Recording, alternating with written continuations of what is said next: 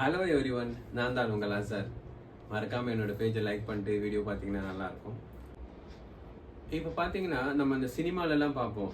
எடுத்துக்காட்டாக பார்த்தீங்கன்னா பத்ரி படம், விஜயோட பத்ரி படம், அப்புறம் மான் கராத்தேல அதான் எஸ்கே சிவகார்த்திகேயன் நடித்த மான் கராத்தே, இந்த படத்துலலாம் ஒரு விஷயம் பார்த்துருப்போம். ஆக்சுவலாக அவங்க பார்த்தீங்கன்னா உருப்படாமல் இருப்பாங்க.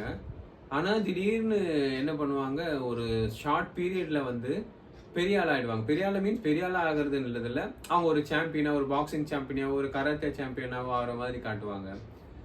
ஸோ இது என்ன மாதிரி மனநிலையை உருவாக்குது அப்படின்னு பார்த்தீங்கன்னா, நம்ம இப்போ நார்மலாக நம்ம ஒரு எக்ஸாமில் நல்ல ஸ்கோர் பண்ணணும்னா ஆரம்பத்துலேருந்தே படிக்கணும்.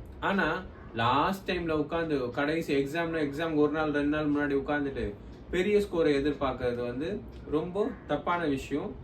தப்பான விஷயன்றதை விட அது வந்து நடக்காத விஷயமும் கூட.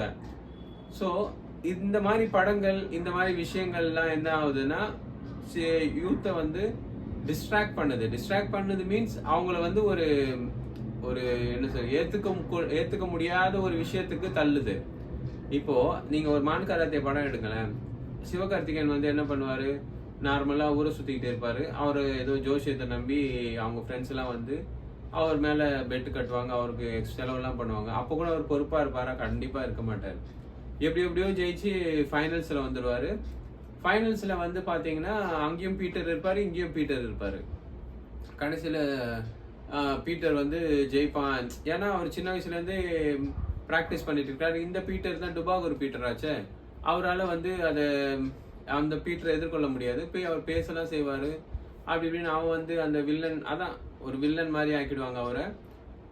வில்லன் ஆக்கின உடனே இவர் வந்து நாங்கெல்லாம் ஜெயிக்க கூடாதா சார் அப்படின்னு சொல்லிலாம் அழுவாரு. ஜெயிங்க, யாரும் வேணான்னு சொல்லல. ஆனா அந்த ஜெயிக்கிறதுக்கான முயற்சின்னு ஒண்ணு இருக்குல்ல. இப்போ அந்த பீட்டர் பாத்தீங்கன்னா சின்ன வயசுல இருந்து பாக்ஸிங் கத்துக்கிட்டு இருந்திருப்பாரு. அவரோட முழு மூச்சு அதுதான் இருக்கும். ஹெவியா பிராக்டிஸ் பண்ணுவாரு, ஹெவியா எல்லாமே பண்ணுவாரு. ஆனா இந்த பீட்டர் பாத்தீங்கன்னா, சிவகார்த்திகேயன் பாத்தீங்கன்னா, அவரு அப்படியே சும்மா ஊரை சுத்திட்டு இருப்பாரு. ஏதோ யாரோ வந்து கூப்பிட்டு நீ பாக்ஸிங் பண்ணுன்னு சொன்னதால பாக்ஸிங் பண்ணுவாரு.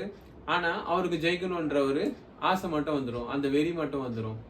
ஸோ அதுக்கான உழைப்பு நம்ம செய்யணும். அந்த உழைப்பு செஞ்சா மட்டும்தான் அதுக்கு நம்ம தகுதியா இருப்போம். அப்படி தகுதி மீறி அந்த வெற்றி கிடைச்சாலும் அது ரொம்ப நாள் நிலைக்காது. ஆனா நம்ம என்ன பண்ணிடுறோம், இந்த சின்ன வயசுல இருந்தே அவன் முயற்சி செஞ்சு வந்து எல்லாம் பண்ணிட்டு இருப்பான். ஆனா அவரை வந்து நம்ம வில்லனா காட்டிடுவோம். ஸோ இதுதான் இந்த என்ன சொல்றது, நம்மளோட பசங்களுக்கும் பெரிய பிரச்சனையில கொண்டு விடுது.